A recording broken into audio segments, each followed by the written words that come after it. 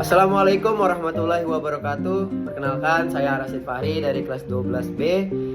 Berdiri saya di sini akan melakukan pengayaan pendidikan agama Islam kelas 12 di bab 2 yang berjudul Indahnya Kehidupan Bermakna. Jadi ada hakikat iman, Islam, dan ihsan. Yang pertama adalah iman. Nah, pengertian iman itu dari bahasa Arab juga, yaitu amanah, yuminu atau imanan, yang artinya itu membenarkan atau mempercayai. Nah, pengertian istilahnya, iman itu membenarkan dengan hati, diucapkan dengan lisan, dan dibuktikan dengan amal perbuatan. Nah, sini ada rukun iman.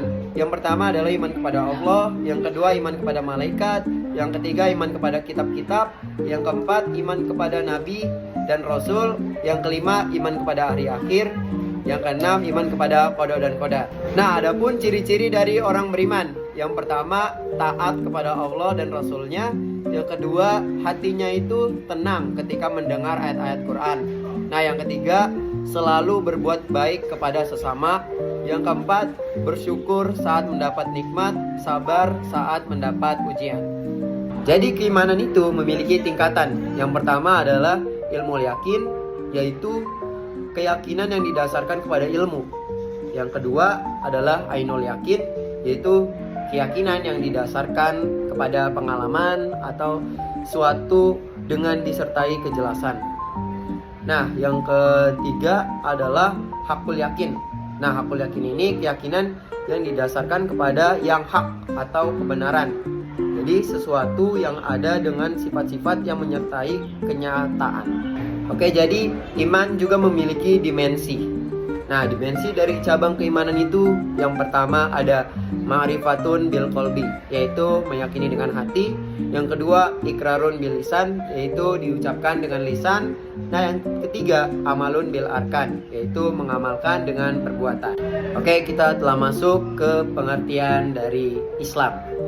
Nah, Islam itu menurut bahasa dari bahasa Arab, yaitu kata aslam, yuslim, dan Islam, yang artinya tunduk dan patuh, berserah diri, keselamatan, kedamaian, dan kemurnian. Oke, kita akan melanjutkan di definisi dari Islam. Islam secara sifat adalah ketika seseorang hatinya ikhlas menerima ketentuan Allah, perbuatannya sesuai dengan perintah Allah, dan menjauhi larangannya.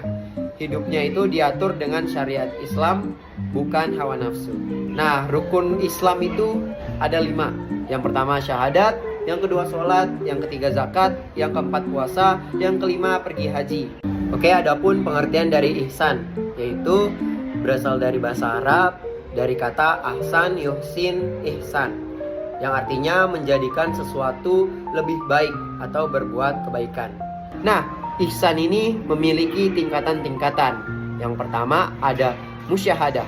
Musyahadah itu ketika kita seakan-akan melihat Allah. Yang kedua muraqabah. Muraqabah adalah ketika merasa diawasi oleh Allah. Adapun ciri-ciri dari orang yang berihsan. Yang pertama ikhlas. Semua amal hanya untuk Allah, bukan untuk manusia. Yang kedua khusyuk. Ibadah terasa hidup, bukan sekedar rutinitas.